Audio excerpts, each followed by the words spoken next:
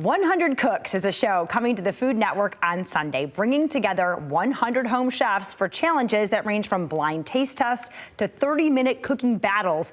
And there is potentially hundreds of thousands of dollars on the line. Among them, a local woman who's made a name for herself bringing food and family together.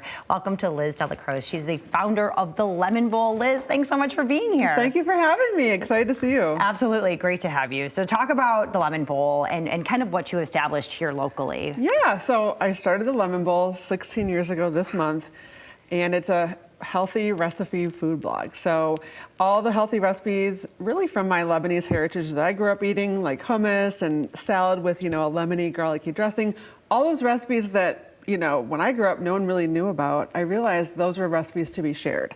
And back in 2010, a food blog was the best way to do that. So slowly but surely over time, I've amassed probably 1,500 plus recipes that you can find on thelemonbowl.com that are really from my family, from my heritage, and really what I'm feeding now to my kids. I love that. And so, it's so cool that you can tell stories through food with your heritage and your culture.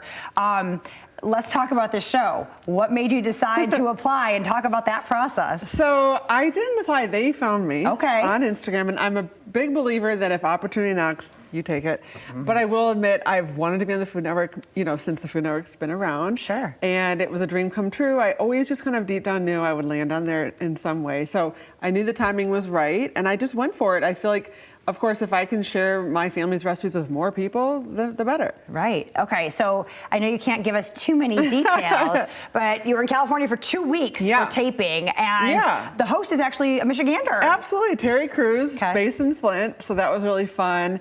We also had Nick DiGiovanni, Alex Guarnaschelli, Iron Chef, and then 100 other home cooks. And it was truly surreal because, again, it was long, filming days, 13 hours, but there were a few examples of challenges that you might see, such as an egg challenge, a noodle challenge, a rotisserie chicken challenge. We're home cooks, Michelle, so things that we're really cooking in real life. Okay, I like that. Was there anything that, like a moment or something that you did that really stuck out that you're like, wow, that surprised you or you thought was really cool? Yeah, I'll be honest, the baking challenge I was very nervous about. I'm not a baker.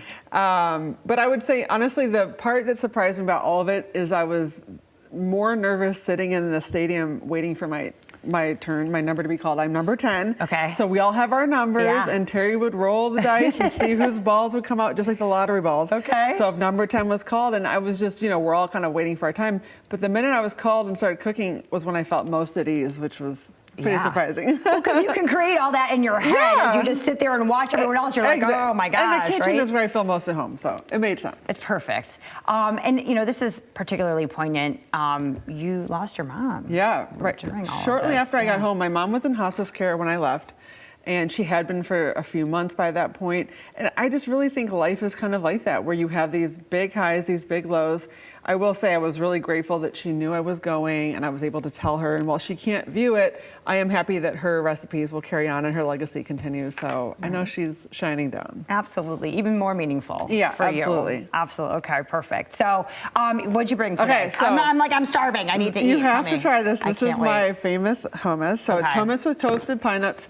And these are homemade za'atar pita chips, which, by the way, you have kids home for summer. Super easy. You can find the recipe on thelemonbowl.com. Baked pita chips with za'atar. You could season them with anything. Garlicky, lemony, nice tahini. Do you like it? So good.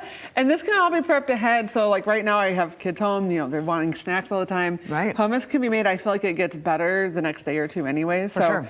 Protein packed, really delicious. And I use it with veggies. I eat veggies with it all the time too. Exactly. Right? Or in a sandwich instead of mayo. It's just a really good way to add protein to whatever you eat. But yeah, veggies. It's also a good way to get kids to eat veggies. There you go. If you want to put them with veggies, if you put hummus with veggies, they'll eat them. Perfect. Anything you can do. Yeah. Okay. So if people want to watch the show, tell us where they can catch it. Right. So it's premiering this Sunday, June 7th on the Food Network at 9 p.m. Eastern, or you can stream it the next day on HBO Max and Amazon Prime. Okay. So, perfect. Yeah, you're going to love the show. It's going to be really fun. I cannot wait to see it. And of course, if you want this recipe, you want hundreds of others, thelemonbowl.com. Back in the food blog days, girl, you're like the OG. Right? Love Isn't it crazy? Yes. Can't wait to see it. So again, premiering Sunday, June 7th at 9 p.m. You can watch it the next day on HBO Max.